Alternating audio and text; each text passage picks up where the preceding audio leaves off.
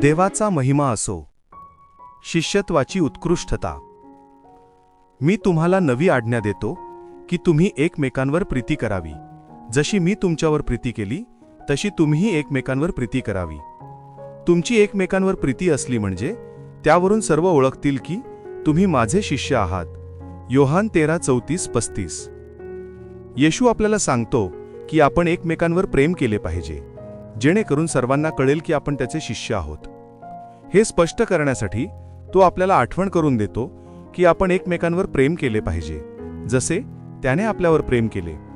याचा अर्थ असा आहे की माणसांच्या पद्धतीनुसार एकमेकांवर प्रेम करणे पुरेसे नाही, परंतु जसे येशूने आपल्यावर प्रेम केले तसेच आपणही एकमेकांवर प्रेम केले पाहिजे.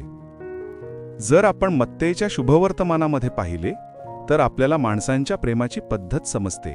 म्हणजेच आपल्यावर प्रेम करणाऱ्यांवर प्रेम करणे आणि शत्रूंचा द्वेष करणे.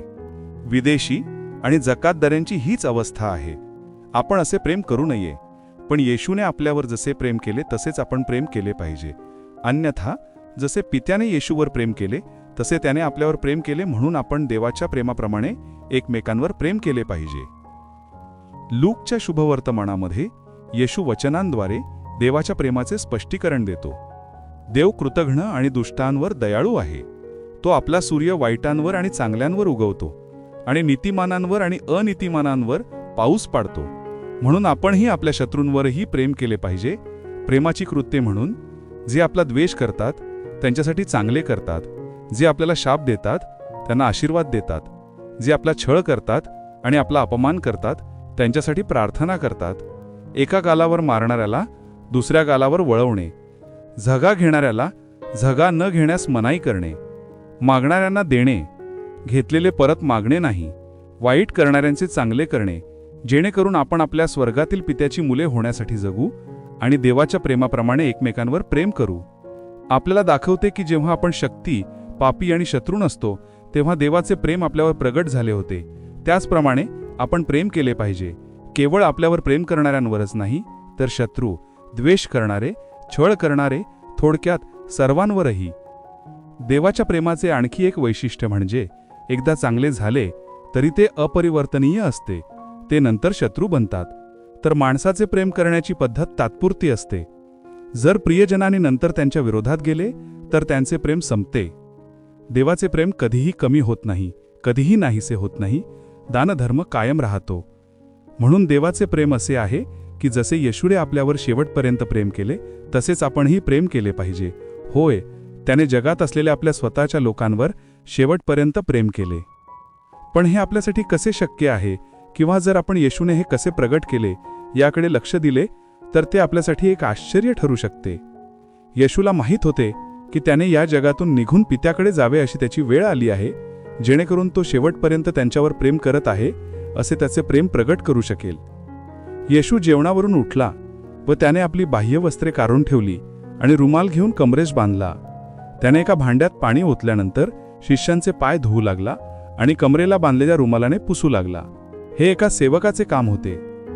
जर आपण याची तुलना अबिगाईल, जिला दाविदाची पत्नी व्हायचे आहे, तिने स्वतःला नम्र केले आणि दाविदाच्या सेवकांना म्हटले, बघा, तुमच्या दासीला दासी होऊ द्या, माझ्या स्वामीच्या सेवकांचे पाय धुण्यासाठी.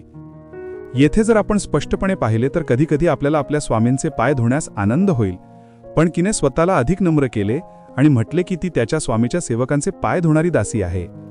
त्याचप्रमाणे येशू, ज्याला शिष्य, गुरु आणि प्रभू म्हणत असत, त्याने स्वतःला नम्र केले किंवा स्वतःला त्याच्या सेवकांचे म्हणजे शिष्यांचे पाय धुण्यासाठी सेवक म्हणून बदलले.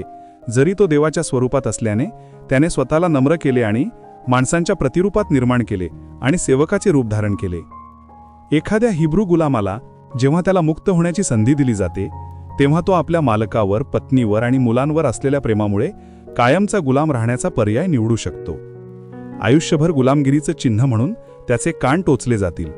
जरी तो सोडून जाऊ शकेल आणि दुसरे कुटुंब निर्माण करू शकेल तरी प्रेमामुळे त्याने राहणे पसंत केले, कारण तो शेवटपर्यंत त्यांच्यावर प्रेम करत होता आणि त्यांच्यासोबत राहण्यासाठी तो सेवकच राहिला. त्याचप्रमाणे येशूने ज्यांना पित्याने दिले होते त्यांच्यावर त्याने शेवटपर्यंत प्रेम केले, स्वतःला सेवक बनवले आणि त्यांचे पाय धुतले. म्हणून जेव्हा आपण सेवक होण्याचे प्रेम शिकतो तेव्हा येशू म्हणतो, जशी मी तुमच्यावर प्रीती केली तशी तुम्ही एकमेकांवर प्रीती करा.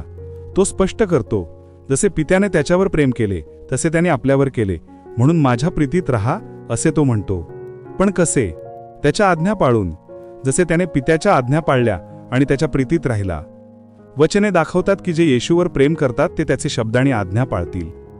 येशूने त्याच्या पित्याच्या आज्ञा पाळण्यासाठी आणि त्याच्या प्रत्येक आज्ञेचे पालन करण्यासाठी सेवकाचे रूप धारण केले, अगदी शेवटपर्यंत, अगदी वधस्तंभावर मृत्यूपर्यंत.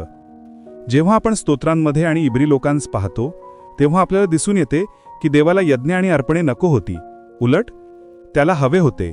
जसे इब्री लोकांस लिहिलेल्या पत्रात म्हटले आहे की त्याची इच्छा पूर्ण करण्यासाठी येतील, जसे की पुस्तकात त्याच्याबद्दल सांगितले आहे की येशूसाठी एक शरीर तयार केले जावे. देवाची इच्छा पूर्ण केल्याबद्दल त्याला प्रेम केले जात असे. तर स्तोत्रामध्ये असे म्हटले आहे की देवाने त्याचे कान टोचले. म्हणजे देवाच्या आज्ञा पाळण्यासाठी मानवी रूपात आलेल्या येशूने स्वतःला नम्र केले आणि त्याचे कान टोचले. त्याने वधस्तंभावर मृत्यूपर्यंत पित्याची इच्छा पूर्ण केली आणि तो एक आज्ञाधारक सेवक आहे ज्याने त्याच्याबद्दल लिहिलेली सर्व गोष्टी पूर्ण केल्या आहेत.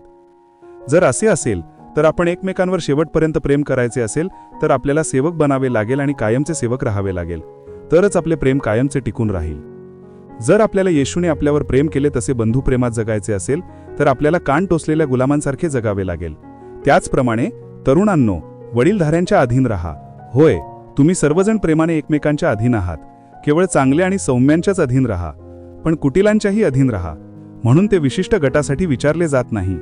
प्रत्येकाने नम्र असावे, नम्रतेने युक्त असावे आणि सेवक असावे. ते म्हणजे देवाच्या प्रेमाने भरलेले असावे. ज्यांना एकमेकांशी प्रेमाने राहायचे आहे त्याने एकमेकांचे सेवक बनावे.